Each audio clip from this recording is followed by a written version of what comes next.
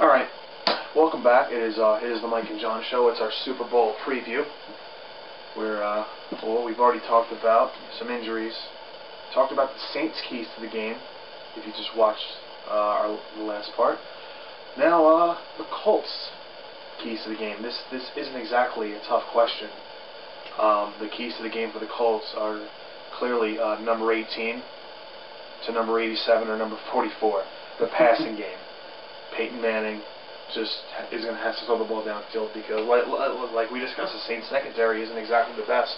I think it gives you even more of an advantage if you're Peyton Manning. I have to disagree. I think the Saints secondary is the advantage of that defense because they are so dependable on each other in coverage, which makes guys like Darren Sharper, who, you know, granted Darren Sharper's career has been one of the best, but guys like Darren Sharper, who to me personally hasn't had this phenomenal year like everyone may think he is, shine though because, you know, you got the cornerbacks who are doing outstanding coverage, and then you got the linebackers and the defensive linemen rushing the quarterback, forcing him to throw in areas, and then you got guys like Darren Sharper reading the ball where it's going, and then boom, interception. You know, Roman Harper and Malcolm Jenkins was a great pick for them in last year's draft. So I have to disagree with you there. I think that, you know, their secondary isn't terrible, but they do give up a lot of receiving yards. And that's where I'm coming from. Trust me, I'm not at all saying that their secondary is bad. You know, I mean, there's a reason. You know, you can score the points you want. If you have an awful secondary, it's going to come back. Yeah. At some point, and it really didn't for the Saints. Yeah. It ended pretty bad, especially when you go back to last week's win to Minnesota. You know, it was just a high-scoring game. It was really offense versus offense. Both defenses played quite poorly. The Vikings played good enough to win, but it's just those fumbles cost them. Fumbles, a lot of questions on referee calls. You know, it's always something. Again, you can't blame the game on the refs as much as you'd like to, and yes, sometimes it does come down on the referee. But at the end of the day, you know what? And you know, you want to talk about that. You know, the league came out and said that the low hit on Brett Favre, which would have negated interception, should have been called. You know, I don't even know why you even come out and say that. Because you're not going to go replay the game, you're not going to go change the score, change the outcome. Just, you know what, keep it to yourself. Tell, you know, Brad Childress, you know, whoever you got to tell, and be done with it. I don't want to hear about that personally. All right, of course. I think that the Saints... The Saints, I mean, they didn't get lucky, but they had a lot of things go their way. They did. And you know what? The Saints this Sunday are going to have to... You know, Rex Ryan said last week that they were going to bring packages to Peyton Manning that he would have never seen before. And the problem was Peyton Manning must have saw it somewhere because, I don't know, once it came down to the last 2 minutes of the second quarter, it was a whole different ballgame. He figures you out. And it's like give him one quarter and then it's downhill from there for that defense. And you know what? To me personally, I think the Jets defense was a hell of a lot better than almost any other defense going into this playoffs because the way they played. Which is why, you know, you laugh when Rex Ryan said the Jets should be the favorite, but I mean, if you watch 16 Jets games, the record should have been a lot better. They should have been, but you know, like you said, but again, you can't injuries to that team hurt, and they had a rookie QB. They should be proud of the way they played the championship game. I mean, who would have thought? But nobody. You know, we look at the Colts, and they obviously got a large injury report. Obviously, the biggest name on there is Dwight Freeney. He'll more than likely play to a limited basis, but you know, I do think that Raheem Brock will come in and fill in like he has. Yes. Now about that, if Dwight Freeney is going to be limited in the game, how much of an impact is that going to put? Is that going to have on the outcome of the game? Well, let's just see what happens. Let's see if the doctors can maybe get the swelling down in his ankle. I think that if they can, and I mean, he's been through a bunch of injuries before and has played through them. That's true.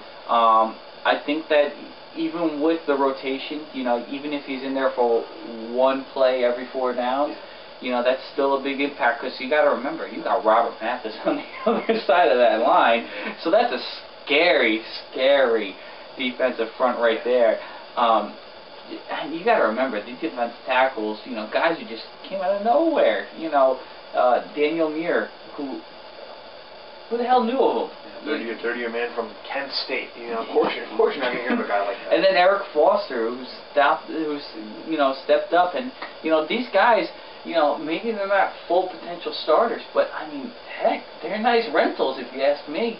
You got to remember, when you bring pressure to the quarterback, it starts with getting the D tackles, drawing the double coverage from the center and the guards, and pushing one of those tackles to cover the D tackles. Once you get that, you got the defensive ends rushing around, and you pretty much have one tackle on the offensive line covering one defensive end, and then it's forcing a tight end to cover now.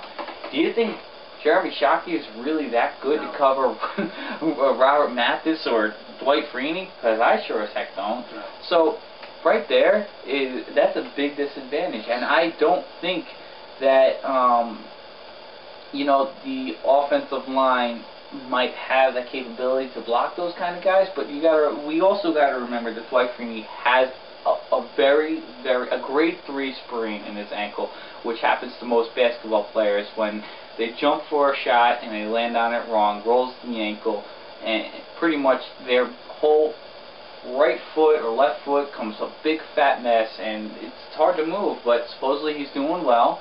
We'll see how that plays out. But then you got to rely on the linebackers for the Colts, who haven't. They're not terrible. They're not terrible. They could use a little help. Gary Brackett, Clint Session, they're not bad. But Clint Sessions is someone they haven't always. That's one thing with the Saints linebackers. They've been pretty consistent on how well they played. Jonathan Vilma especially this year, and that's the big key. Yeah, so now to sum it up. Obviously, I told you my keys to the game for the Colts are just going to be to continue the nonstop passing attack. What are your keys to the game as far as if the Colts want to win the Super Bowl? I think the Colts got to just. I think they got to mix in Clint Session and Gary Brackett right in there, with maybe throwing in some safety blitzes and So your key to the game is going to be the Colts defense to step up and slow down the Saints offense. Yep, because I think that I really am truly believing that Dwight Freeney's impact on the game might actually slow them up. I mean, I do think they can keep up with score. It's Peyton Manning, of course. Yes. So now, what about you? Like I said, the passing attack. You know what? If the two defenses don't feel like showing up, that's your fallback. It's been the reason the Colts have won the past decade. It's got to continue into the Super Bowl if they want to win their second title in 4 seasons. Now, the teams make the Super Bowl. They still get a draft pick, and each team probably has a place to improve. Where do you see each team drafting as far as what position do they take in the draft? Because every team has to improve somewhere. Well, it's a big question. For the Colts and the Saints, you look at two pretty decently young teams. It's a big question. I think we should take a break. Let's take a break. You want to take a break for a minute, and we'll get back to it? All right, let's do that. When we come back, we'll discuss the Colts and Saints draft situations, and then we'll give you our game breakers. We'll give you our picks for the Super Bowl. Finally, I know that's what y'all been waiting for. So it's just we'll be right back. Thank you for all these breaks. I mean, unfortunately, we got to break them in 10-minute segments. So we'll be right back. But it gives us time to, we'll refresh. We'll take a break. We'll be right back. Stay with us.